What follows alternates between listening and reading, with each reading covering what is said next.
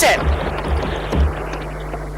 খাল খনন, গার্মেন্ট শিল্প, পার্লামেন্টারি ডেমোক্রেসি, তত্ত্বাবধায়ক সরকার থেকে শুরু করে নারী শিক্ষা, সবকিছুর পিছনে ছিল বিএনপি, সেই বেগম খালেদা জিয়া এবং শহীদ জিয়ার হাত।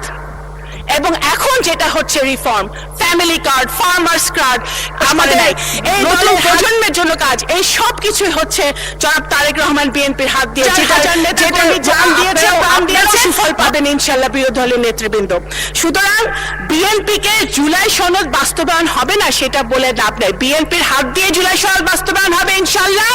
এবং মাননীয় স্পিকার, শুধু এই যে সকল অন্যায়, অত্যাচার, অবিচার বাংলাদেশের মাটিতে হয়েছে, জুলাই অভ্যুত্থানে যারা শহীদ হয়েছে, আমাদের যারা গুম হয়েছে, যারা খুন হয়েছে, তাদের বিচারও বিএনপির হাত দিয়েই হবে ইনশাল্লাহ বাংলাদেশের মাটিতে। মাননীয় স্পিকার, আমরা খুশি, আমি ব্যক্তিগতভাবে আমি একজন রাজনৈতিক কর্মী হিসেবে খুশি হয়েছিলাম যখন আমাদের